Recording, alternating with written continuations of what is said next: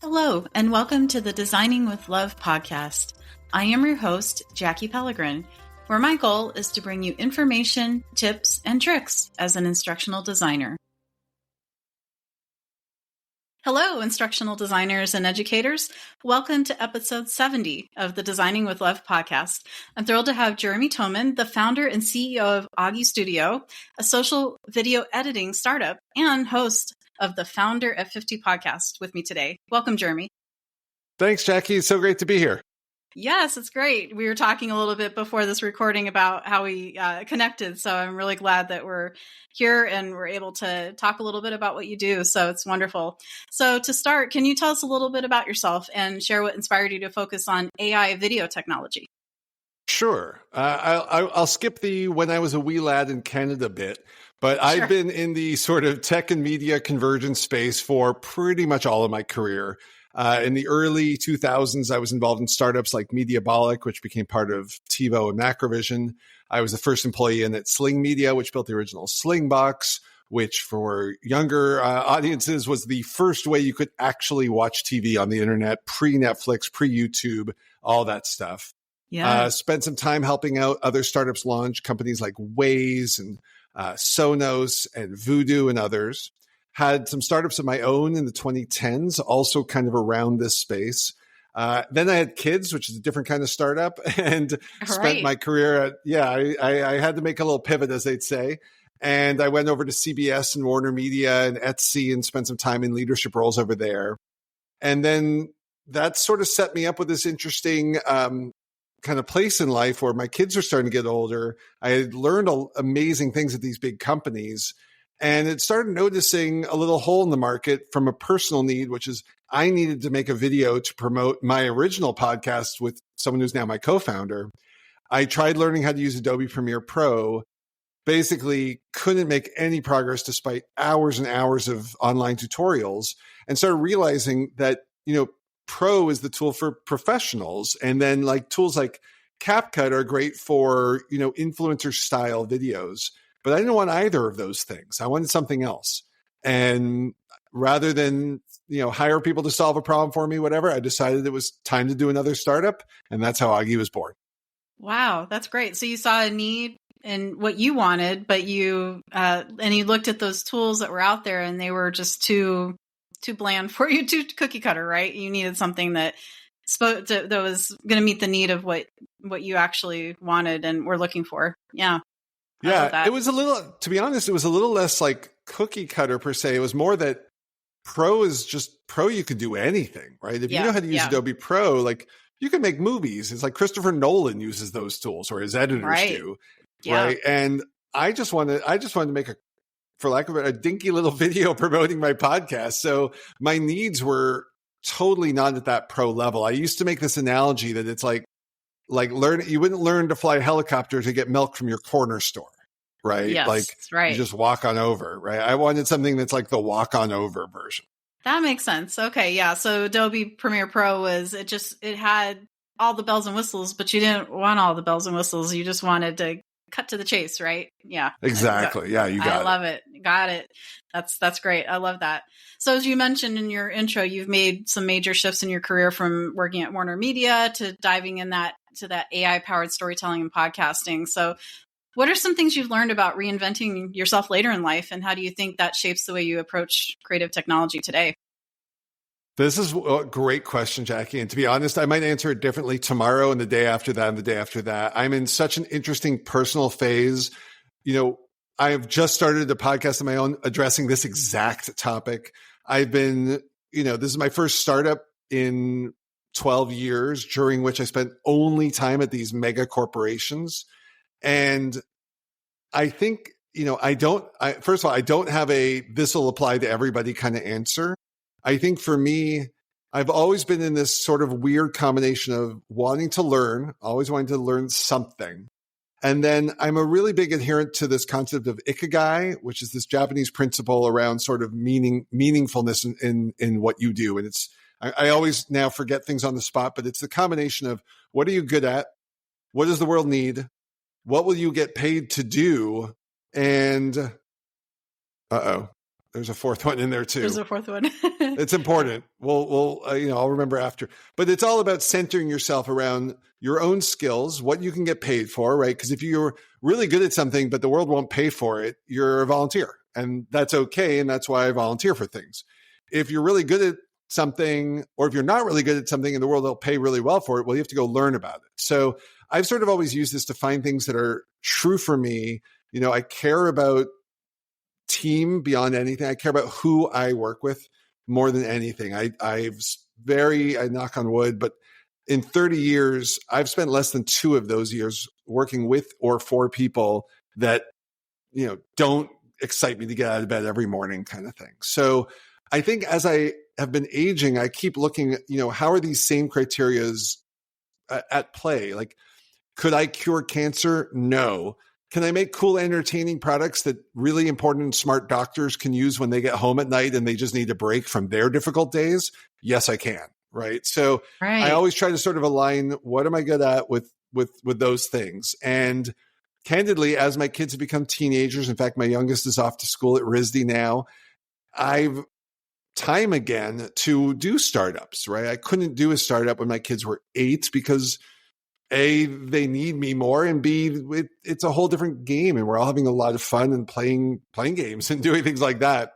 Right. But now they're in high school, and their time need of mine is a lot less. And I really like to show them also, like, hey, sometimes you don't get a job, sometimes you make a job, right? That's so true. I pull all this stuff in. I know that's a convoluted answer, but that's how my silly brain works. That's okay. I love it. And it sounds like, as you were mentioning all those things, I relate to that so well because I've been in instructional design and higher education, did a little bit of corporate for a while.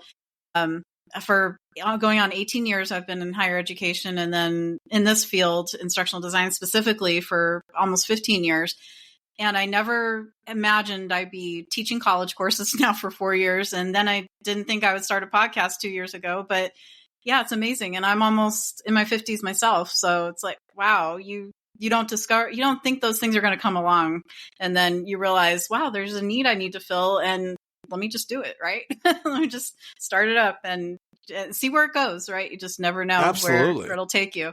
And I think that's the beauty of it, is that so many people want those assurances and those things that they know, oh, okay, I know I'll make money with this. And I'm like, oh, if you're just doing it for the money, then where's the passion, right? I think the passion has to come first, and then the money follows it. And that's the reward, right? For having that passion and meeting the people's needs, meeting the world needs. Yeah. Yeah, that's exactly right. I really want to the point of what you were just saying, I really want to also show my kids, like, look, of course, the quote unquote normal path is you go get a job, et cetera. But by showing them and like, actually, it's not necessarily get a job. Maybe it's make a job, right? Maybe it's make not only a job for you, like make a job for others, right? The moment I go fundraising, and I successfully close a round, I can now hire people or hire companies or hire services, which is creating even more of an effect downstream. And I really like to think that, the venture capital money is there for entrepreneurs like me and you to go unlock and bring back into the world and create jobs. And sometimes we make it and sometimes we don't. But, I love that they get to see different ways of how life could be, because sure, getting a job is the direct and easy path. And maybe that's what they'll all do, and maybe not. And so it's good to show them the different ways you can be. Right. Because they all don't have to fit the same mold and all go the same path. They're all unique individuals. And one may decide, I don't want to go to college. Like you said, I want to make a job and I want to be an entrepreneur. That's the great thing about today with all the technology evolving and changing, is that there's more opportunities now than what you and I had when we were in high school. I remember in high school having a pager and no cell phone. And I remember talking to some high school kids and they're like, what's a pager? And I'm like, oh my gosh, they haven't even heard of a pager.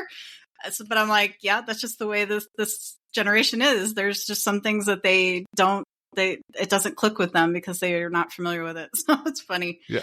I wonder though, I'll bet you there's a market today for starting a new pager company. I'm not kidding. Probably. Like, yeah. Have you been following that? Like, because it went through our family, is that teenagers are now seeking out digital cameras again because they want to be able to take pictures in a disconnected way.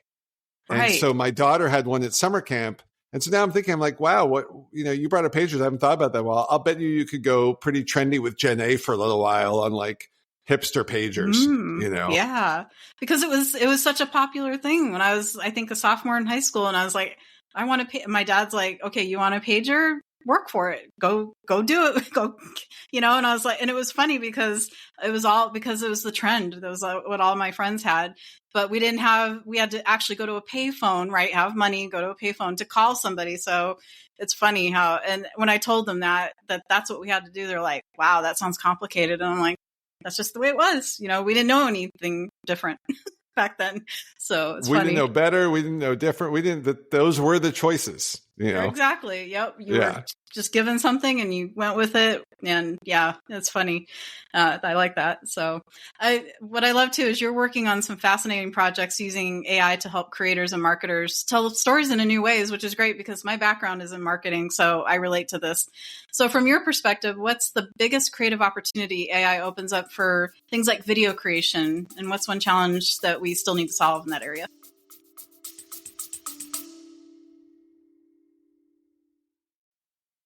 Hello, I have some exciting news to share with all of my listeners.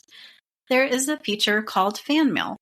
What this allows you to do is send me a text message anytime during the episode.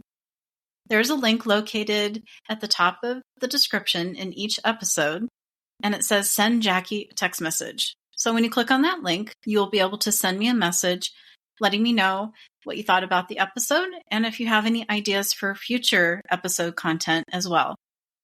I look forward to seeing your text messages. Thank you.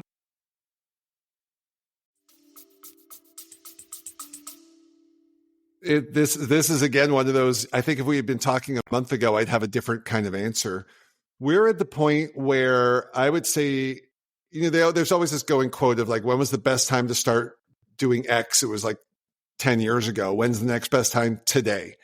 I would say we are right now entered this phase where if you are anywhere related to marketing, whether you're an individual entrepreneur and you need to market yourself or some huge company somewhere, video has to be part of the strategy, right? We know that I could just bore you with stats right now, but any stat on like, is video marketing important is going to be basically like, So I would say this is the time to be experimenting with the various flavors and tools. So first and foremost, there's multiple categories of where AI can help you with video. In our case, for example, and there are other tools like Descript, Veed, and others where you have content and you need to figure out how to make an ad with that content. Well, you can upload or create that content in those platforms, do some basic editing, push it live. So video editing. I think the next category is around AI and video generation. And this is where you can say, I want a blonde hair, blue-eyed boy riding a unicorn through Times Square on a busy afternoon or something like that, and make a clip of something that never existed before. And while a lot of that is purely for the fun of it, there's also a lot of pragmatic use. So I will reference Augie, but there are many other ways to do this. Inside Augie, you can go to our generate feature and, for example, upload. Actually, I was doing a project for a customer and we uploaded a picture of one of their dresses. And then I said, make it look like the model's spinning around, showing off the dress she's wearing from a still picture of a woman wearing a dress on an all white background. And it did. And it looks amazing. And yes, you can find artifacts and sometimes her hair flows in the opposite direction to her body. So it's not perfect. 3 more prompts later and it will be. And so what I would say is you don't have to make stuff like Kid in the Unicorn in Times Square. You can take your existing assets now and start bringing them to life in a different way, right? You have a simple product. I was doing a thing for a spice rub, like a steak rub. And it just, the picture was a pile of spices. I said, have a hand sift through them, and it sprinkled them all around and it looks super realistic. So this is a great time to be experimenting. I will say your mileage may vary. You will probably spend a lot more money on tokens and such than you might want to at this stage. So it is definitely in a be ready for experimentation. But whatever you're doing, so again, if you have lots of your existing content, use AI editing tools to help trim them down. If you have no content, use AI generative tools to make something from nothing. But no matter what, experiment with getting yourself on one of these platforms. If you want to do influencer style videos, start with CapCut. It's amazing, right? Or even the basic TikTok or Reels app. There's sort of, you're out of excuses now, right? If you don't want to be on screen, use Augie Make a Headless video. If you don't want to record your own voice, maybe you're not like the two of us and don't want your voice out there on things, use a synthetic voice. Ours use 11 Labs for that. So there's so many options now. Dive in, play around with them. The cool part is most of them have free trials or limited free packages or services. So I would say this is the time to be experimenting. That's great, Jeremy. I love that. Have you worked with any institutions or any in the education space, like with training, professional development types of things too? Because I could see that working well with education to create training videos and, make them better and reinvent those too. That's right. We do have a lot of those uses. We have a lot of internal comms teams that use Augie. Also to take things like, let's say the CEO gives a keynote at a conference and has a 45-minute speech. Well, just like you and I chop up highlights from our podcasts, so do social media teams for mega companies need to do the same thing. So there's plenty of use that we're seeing. We also have some educational use happening. We have a couple of film classes at a variety of high schools that we've given them free use of Augie to go help their students learn the basics of things like storyboarding, which Augie does automatically. Again, not with the goal of them doing everything with AI, but with the goal of them understanding how to experiment with storytelling before, for example, filming, right? The most expensive part of making any video is filming. Exactly. And so if you can shortcut that or pre-optimize it using, like we use a Getty stock assets to build your prototype. So if you can see like, oh, I want to have, a man and a woman walking along the beach at sunset, and then, they're going to go off and play in the water and the dog comes, and that's going to be my, think about every pharma ad, right? If you can prototype the whole thing and save all that money before going down to actually shoot. We even had a film student as an intern last summer making a historical film all on top of Augie. So we've always made it accessible to educational facilities so that we like the idea that businesses can pay for it and educational use can be for free so that we can help support other people who want to get their stories out. That's always been just sort of really important to me. Wow, that's great. You mentioned that with that example of the film industry. It's funny because in instructional design, we do prototyping, we do storyboarding, we do that kind of same thing so that way, like you said, you don't, so when we go to create the e-learning or some type of micro-learning, we're not spending all that time in the development stage and producing it and then having to go back and make a bunch of changes because it costs time, it costs a lot of money too. Time is money, right? So time is money. It's expensive. Yeah. So we actually do, and I'm teaching a class right now about that very thing. And it's about organizational and workplace development. So it's all about how OKRs, like objectives and key results, and how do you help a company do that?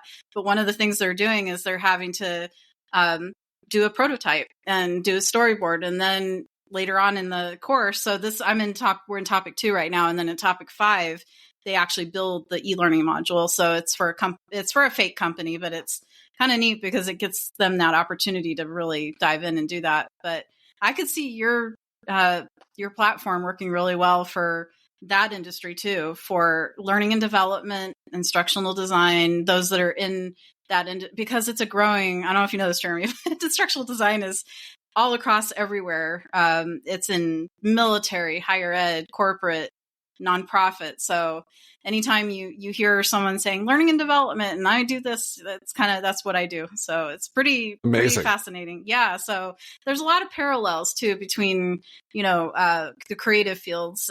So it's neat how we do this kind of those similar things that they do in the creative arts as well. So it's kind of cool. Yeah. I mean, it is creative, right? Like I think about, half of the stuff that we'll watch on the YouTube is an instructional video of some kind, whether I'm being like edutained by like a Mark Rober or whatever, or some random channel, like that you follow, like half the time we're on YouTube getting some kind of instruction on something. So I could easily see like that demand. Actually, we had been working with a company that does industrial machinery, and they wanted to take their instruction manual and effectively bring it to life. And so they've been doing that in Augie. And so they scanned in, or I guess they already had it digital, so that doesn't make sense. But they uploaded all of the frames of each page of the manual and then used generative tools to, if it was like a wireframe, one of those like wireframe styles. And they just had, they're still doing it, but they have like the guys walking, not just standing, or picking up the ladder, so you can bring those things to life in a really interesting way. That's great. And hopefully they've got an instructional designer that will look at that later, because that's one of the misconceptions, is that someone can take something in print form and put it in digital form and just plop it in and it'll work. And I'm like, well, we got to make sure there's no cognitive overload, that learners, because there's only so much our brain can process at one time. So that's why I'm really interested in doing consulting work and things like that, because then I can kind of help bring, companies along and say, okay, great, you want to do that, but let's make sure, is it going to still work for learners? Is it still going to make the same impact for them? Yeah. So I love that. That's great. Yeah. So you mentioned TikTok earlier. So with your work touching platforms like TikTok and Adobe, we know there's a constant push to create faster and smarter. Even I get that in work all the time. It's like, get that out faster. We wanted it yesterday, right? So right. How do you balance the drive for efficiency while making sure that human and emotional side of storytelling doesn't get lost in the mix? It's a really good question. I think the first statement I'd make is, when we think about video, I think a lot of us, especially if you're anywhere near our age groups, I'd say if you're actually probably about 35 plus, video probably carries not a stigma, but a certain weightiness to it. We feel like, oh, if you want to make a video, that's going to be work. Even if you're doing like an Insta or a LinkedIn or a TikTok post. And I think if you're much younger, you don't feel that way because it's so, you grew up, you're native in that world. So the first thing I'd say is, you got to stop thinking like we think, which is, it's better to have more out there that is, for lack of a better phrase, good enough, than to make sure you're only doing one perfect video a year, right? The reality check is, most posts are forgotten. Most posts are to feed the algorithm, right? And it's not to say phone it in every time. It is to say, you don't have to be Christopher Nolan on every TikTok post. You don't have to work it to perfection. Depends a lot on what your brand is or what your products are, right? Sometimes good enough is playing along with a meme, or sometimes good enough is just one, this will be a really weird off topic. I'm a big fan of this craft brewery called Treehouse. Well, they created a channel called Treehouse Releases. And all it is whenever there's a new beer, they've got maybe just a simple picture of it, maybe a little clip of the brewer, who knows. But I like that way of thinking. It's like, you don't have to be perfect with every piece of content you put out there. However, those algorithms don't care about how your feelings, you know what I mean? Like, those algorithms expect to be fed. And so, more important than the quality of your video, I mean, again, don't put out garbage, and please don't put out AI slop. Augie is not an AI slop product. But figure out a cadence and stick to it, and then think about increasing it over time. It's almost like working out, just go to the gym once a week. You don't have to be whatever on day one. Just, in fact, go to the gym, go for a walk if you didn't do anything yesterday, go for a walk today. It's like, just do something to show that progress. Right. And the second thing I'd say, by the way, is, then don't start till you're ready. Don't start and then 7 weeks later put a second post, and then 5 weeks later you got another post. Get ready, figure out, like, okay, our brand's going to post 3 times a week. One of those posts will be the making of, one of those posts will be interview with the founder, and one of those posts will be a thoughtful way of using our product, or something like that. You don't have to go that crazy. You can, in fact, go to ChatGPT and say, here's what I do. I need an idea for a low friction TikTok cadence and suggested series of content. Like, you don't, what I'll say to anyone listening is, you got no excuse anymore to not be experimenting somewhere. right? Don't Absolutely. worry, the water's fine. Come on in. Exactly. Yeah. I haven't been diving into video yet, but that's one thing I want to do because I've heard that helps with your, like you said, the algorithms, YouTube, it helps get you out there a little bit more and more visibility. And it's interesting because I started, I actually did that with ChatGPT because I wanted to do a marketing promo for 4 weeks. And I was like, hey, ChatGPT here, it knows enough about my podcast and it knows that I'm writing a book too. So it's kind of funny because like, well, yeah, you can do this and subtly promote this. And so it gave me, Jeremy, a whole 4-week marketing platform of what I could Wow. do. Here's what you can post and do it like this week on Designing with Love and do like a post with it. And I use Canva for all my artwork. So I did that and I asked it for ideas on what I could put on that to make it so it wasn't overwhelming with too much text, right? And to, visually appealing without too much information. And then it said, well, then you could do that on Sunday and then do a poll every Wednesday.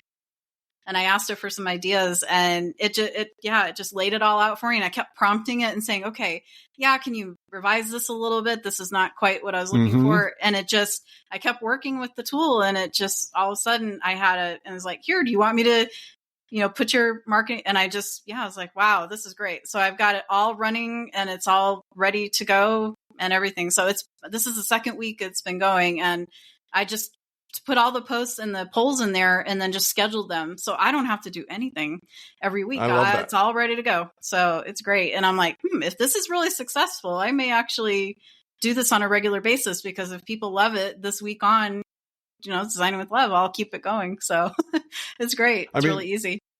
Yeah. I pulled up in the tab really quick just to get a number. To support this sort of thesis that Jackie's giving everybody, for my podcast, which I started in April with no real promotion, I post on LinkedIn. In fact, I don't post everything on LinkedIn because otherwise my feed will just look like this constant self-promo thing. So I only post sometimes. And I'm not active on social media, by the way. I'm not an Instagrammer. I gave up on Twitter back when it was Twitter. and that's sort of, I'm just not interested. No disrespect to that entire world. It's just not what I want to do. And so I have decided, though, for this podcast, I created platforms for it. So it's got its own Insta, TikTok, and YouTube accounts. And I started posting the clips not just to Instagram and TikTok, but I started putting them on YouTube Shorts. I will tell you, I have clips with when I started with 0 followers, and I still only have a couple of dozen. I have several posts now that have hundreds of views. Yeah. And I do nothing to promote them. They build the audience themselves. They're sending me subscribers. And all I'm doing is picking good snippets from my podcast, obviously editing an Augie. Right. And that's, by the way, part of my excuse as a busy startup guy is how do I do a podcast? Well, I use my own, it's like they say eating the dog food, it's like that for me. Right. Exactly. Yeah.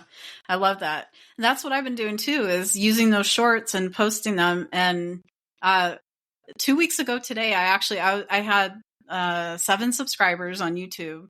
I haven't looked today to see yet, but now 2 weeks later, I think I have almost 300 subscribers. And some of my shorts and again, they're video shorts, but they don't have any, because this is audio only. So Riverside will take those, the AI and it'll, bring those video shorts to me, which is great. But yeah, it's got the video, but it's just a background. So there's no face to it, but some of them have, I think almost 1,500 views or something like that. So I'm like, wow, that's amazing.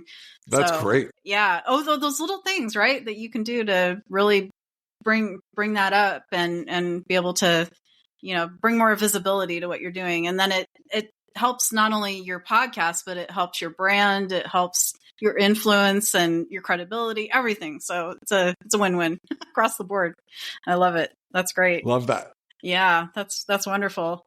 So as we wrap up, what are some top tips or advice for listeners who are looking to launch a startup like what you have, or getting into AI plus video, as we mentioned earlier? Well, I'd say if you've never done a startup before at all, and you're looking to do like venture funded style startup. In other words, we could argue that any business is a startup, right? Me doing my podcast is a startup.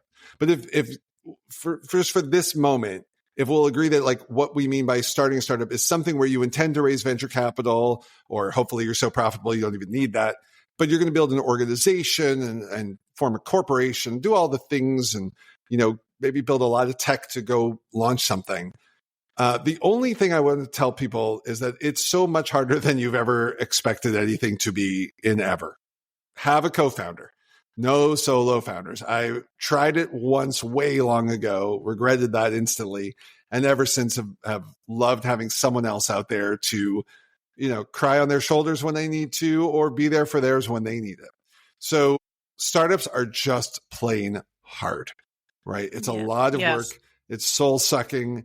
And also, by the way, it's the best thing ever. Mm-hmm. And I was once asked, I gave a speech on this exact topic, and someone asked me a question like, Jeremy, you seem to have endless energy for this. Where does it come from?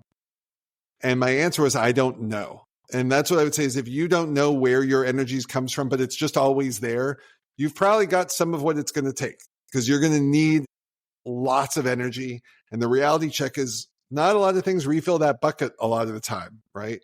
When we have wins, they're huge, but sometimes it can be a long time between wins. Most of the articles people will read on a startup are about the successful ones. There's not as much written about there's some written on the glorious failures, but there's not a lot of the 90% of businesses that really just don't take off. And there's nothing wrong with that. And I've been part of those.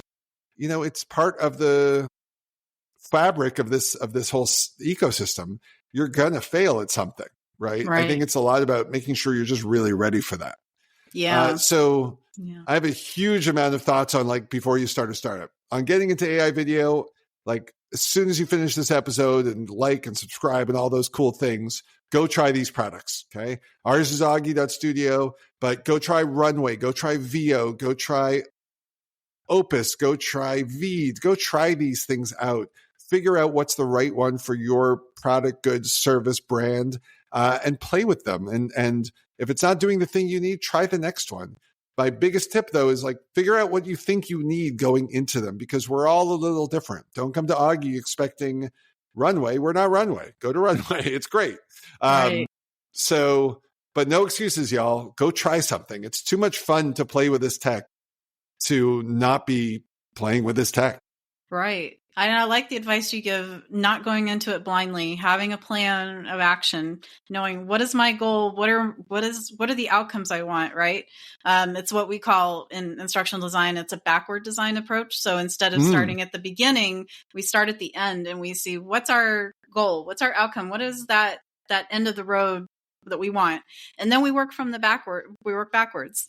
So we do that sometimes in curriculum design, because sometimes we'll start at the beginning where we're like, okay, we have to look at topics, objectives, but then the subject matter experts aren't sure where they want to start, and they start to struggle with it. So I say to my curriculum developers, let's do backwards design, and let's start at the end and ask them, what do you want them to accomplish at the end of this course or at the end of this topic? And then they're like, oh, I want them to do this. And we're like, okay, great. Now let's build it from there. And then we'll put the objectives in and we'll put those together. So that's kind of how I look at creative work too, right? Is you have to sometimes do that unconventional approach to it. When we have companies come to us to get started at Augie, because we always do a handheld onboarding, they often will ask, well, where do we start? And our first question isn't, I was like, that's the wrong question. The first question is, what do you want to create?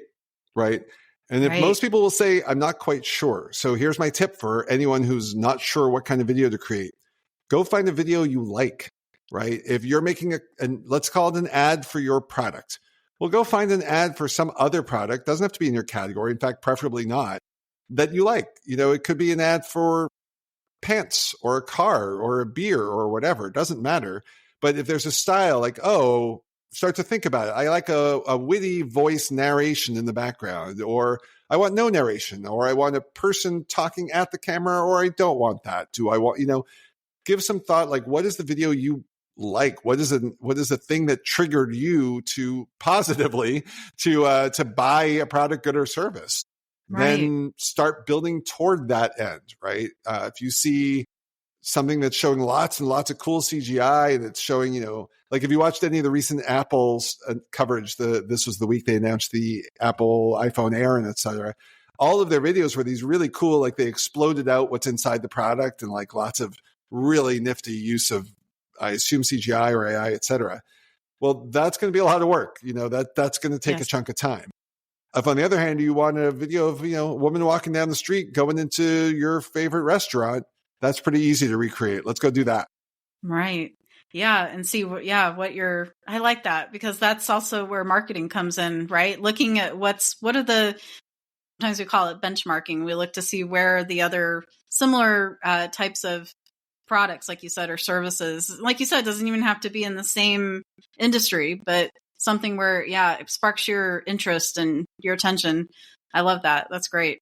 Because I like vintage stuff. I think that's really neat to kind of go back in time. So who knows, maybe for my podcast, I can do something like that, so that's neat. Nice. Do you see, even like with podcasts, do you see that becoming something where, because as you know, we can monetize these podcasts. There's so many ways to do it. I'm in the midst of finishing up my first book, and it's based on one of the most popular podcasts. I think it's number 3 on my top 5 now. Because they shift and change, right? It's always an evolving type of thing where some will stay at the top for a while, and then others will come because you're always releasing. But it's kind of neat because it came from that, of just an idea of Buzzsprout sends out a weekly newsletter, and they said, here's ways to monetize your podcast, and one of them was write a book. And I'm like, wow, okay, can I do this? And I was like, yeah, just jump in and do it. So it's been a pretty cool experience to take that content and put it in book form. So it's pretty neat. So do you kind of see those types of things happening where we can, because I'll have to promote, right, the book and get it out there. And so I can see video being a great way to promote those types of things and get that visual appeal to it, right? You could upload to Augie a picture of the front cover of your book, the back cover of your book, and yourself, and give it the simple description that you're already using in your listing, and say go. And in 45 seconds, you'll have 3 video ads for your book, all that leverage your assets, plus access to something like 95 million stock assets from Getty Images, all with licensing included. So I would say, your scenario is exactly the one we want. I also want you uploading your episodes and turning them into video podcasts using some of our tools. So I'd love to see where you take this thing. And I can't wait to see the book when it comes. Wow, that's great. I love it. Yeah, I'm almost at the end. I have to look through it again. And then I'm trying to decide where I want to take it as far as if I want to go. I'm thinking hybrid publishing would be good. I'd like to self-publish, but that's a lot of work. I don't know if I want to go there. I self-published a children's book a couple of years ago. Now, to be fair, though, I wasn't really focused on, I wasn't trying to monetize it. I was donating all the profits. But I'm glad I did it. I'm glad I went through the experience. But if I could find an agent or a publisher or something next time, I certainly would. Yeah, it makes it a little bit easier. So I thought hybrid publishing would be good, because then I can still have that control over the content in some ways, and not have to give it all over to them, right? But we'll see where it goes. I mean, there's always that possibility. So I've got a proposal set and ready to go. And again, AI helped me with that too. I just used it as a framework to say, okay, I've never done this before. It's my first time. Where do I start? What do I do? I said, what does a proposal look like? And it just gave me an outline of what to put together. And I was like, wow. And then it gave me different like trends and stats. And of course it was 3 years old. So I was like, I got to go in there and actually do my own research and update the stats, because the stats were a little bit, I was like, I don't want to present something that's 3 years old. So I went and updated my stats and my trends to make sure it was current. But it was nice because it gave me a good framework. And I'm like, oh, okay, this is great. I'm not starting from scratch, and I'm utilizing something that's out there that can help me with it. So yeah, I agree with you. I think it's great. AI is really changing a lot of that. And, I'm not copying and pasting by any means, but utilizing it to really take what I already have and just put it in a different format. So it's great. Well, that's what it's great at. It's I look at it, it's like the ultimate leveler upper, right? Mm-hmm. And you do with it what makes sense and what is strategic. Like, it's going to let you write a proposal that you've never done before. It's going to let me do the same thing, right? Or whatever. We wanted to apply for a grant. I'm like, I don't know what grant writing is supposed to sound like. I know how I write, and I know how writing a pitch deck works. I know how this works. So I'm able to use AI to up-level myself at a thing I wasn't great at before. But you're also right, like, please, everybody, edit that stuff. Right. I've actually switched modes recently. In fact, I put a post on LinkedIn today because my co-founder and I vibe coded a game, by the way. Talk about things you can do with AI. On Wednesday, we had an idea. We were playtesting it Wednesday night, putting on the final touches Thursday, and published it on Friday. And in the post, I wrote my own LinkedIn post, of course. But what I like to do now is I take the whole thing, I go to ChatGPT, and I give it a prompt almost like this. This is a post I'm putting on LinkedIn. Don't make any edits or changes for the sake of making edits or changes. Please identify for me either key grammatical flaws that might make me sound buffoonish or poor phrasings that could sound more professional, but at the same time, don't lose any of my tone and do not rewrite my post. And then instead of getting, here's a garbage version of your post back, I get a list of, here are some specific bullets. So for example, I still remember this. The phrasing I used is, we were looking for a thing to work on. Well, ChatGPT said it might sound more professional to say, we were looking for a project to work on. And it's true, right? That's casual talk versus sort of semi-business talk. Right. And so now it's back into the place where I think AI works the best. It's helping me, not doing it for me. I don't want things done for me. I do want help at my sides at all times. So it's a little how I think about it. I like it. Yeah. It's refining what you already have and just making it flow better. Yeah, that's true. Because like with my book, I had all the chapters. It was starting as top 10 instructional design models and theories. And then I expanded it as I started doing more solo episodes. So now it went from 12 chapters to 20. So I was like, whoa. Oh my gosh. Bigger. But it was funny because I put all the models and theories in alphabetical order, thinking that would be the easiest thing. So I started with 4CID, ADDIE, went all the way down in alphabetical order. And then I put all the chapters, the titles of the chapters into ChatGPT. And I said, hey, I'm writing a book. Here's the chapters. Do you think this is a good order? And ChatGPT said, well, you know what? You might want to start with the foundational models and theories first, and then progress and go to the more complicated ones. 4CID is more complicated. So I'm like, oh my goodness, that's a great idea. So I switched things around and then I put it back in. I said, okay, how does this look? And then it said, yeah, you're doing better. Make some tweaks here. And it was like revelation. I was like, wow, I don't know if I would have thought of that. I maybe would have down the road, maybe with a publisher, but I think it's more polished. That's great. And, yeah. And so if I do go to a publisher, I'll be like, here you go. Here's my, all my stuff. If they look at the proposal and they love it and they're like, yeah, this sample chapter looks good and we like where you're going with it. And I've got, in the proposal, it's got the chapters, but then it's got information about each chapter, just like a sentence or two, just to give them insight into it. So I'm like, yeah, so I feel like it's a lot more refined and ready to go. So that way it's less work on the back end, right? And maybe it can get published faster too. So AI is great. Yeah, well, you just did some of the things an editor's going to do, right? They're going to be like, Jackie, I love this book, but I think it would work better in this way. You've just done that work for them, right? They'll still come at you with things. One of my other favorite things that I've given, it's actually now in my permanent instructions for ChatGPT, is, long story short, no sycophantism. Don't try to suck up to me. Don't tell me it's great if it's not great. You don't have to make me feel good. I got other people for that, Right. Yeah, exactly. I love that. That's great. So before we wrap up, are there any more tips or advice that you can think of? I would say the next thing to be, I would think, I want to suggest that people go off and start experimenting a little with, once you start, if basic ChatGPT is sort of like your 1.0, and then you're, doing things like AI video and stuff, which is probably like a 3.0, I would also suggest people start experimenting things with if you've heard the term vibe coding. Yes. So these are apps like Replit and Lovable and Cursor that let you describe an idea and build a product from it. And I think it's just a good brain exercise to be able to just, it's like Lego for grownups in a way, right? Like whether it's building you an app or a productivity hack or a game like I just did or whatever, but it lets you it's like flexing some set of muscles you don't even realize you have. I think it's just a good kind of brain pattern exercise as much as anything else. That's great. I love that. And vibe coding, we're doing that in curriculum right now in higher ed. We're for the company I work for, because we have a whole media team that does all the videos and media. You'd probably love that. You'd probably love to talk to the video designers and all the production people that they have over there. But it's really cool because they're utilizing AI, and that we just got a demo about that with vibe coding, where they're utilizing that with their all their people there. And I'm like, wow. So it was amazing to see it used in curriculum, and just taking complex things like science, engineering, those types of things, and bringing it to life in so many new ways. So it's great. I love it.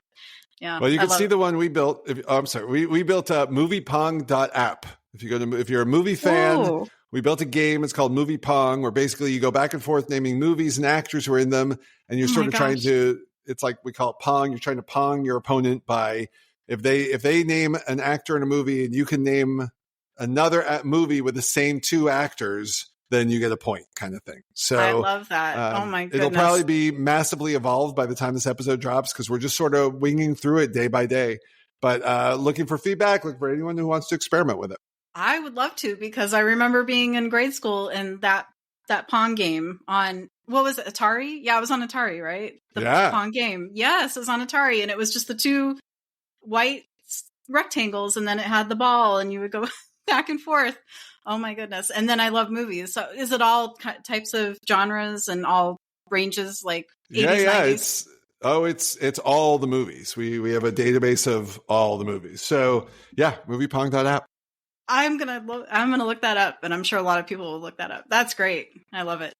Thank you so much, Jeremy. I appreciate you sharing your insights today. Your experiences, your tips and expertise are definitely going to inspire my listeners, and I know that for sure. So I appreciate it. Thanks, Jackie. It was great to be here. Thanks for the great conversation and great questions. Absolutely. Yes. And AI it helped me do that. So I can thank AI for that. But of course, I tweaked them. So I love that. Great. I look forward to having you back on the show again soon. Sounds wonderful. Well, have a great rest of your day. You too. Thank you. Thank you for taking some time to listen to this podcast episode today. Your support means the world to me. If you'd like to help keep the podcast going, you can share it with a friend or colleague, leave a heartfelt review, or offer a monetary contribution. Every act of support, big or small, makes a difference, and I'm truly thankful for you.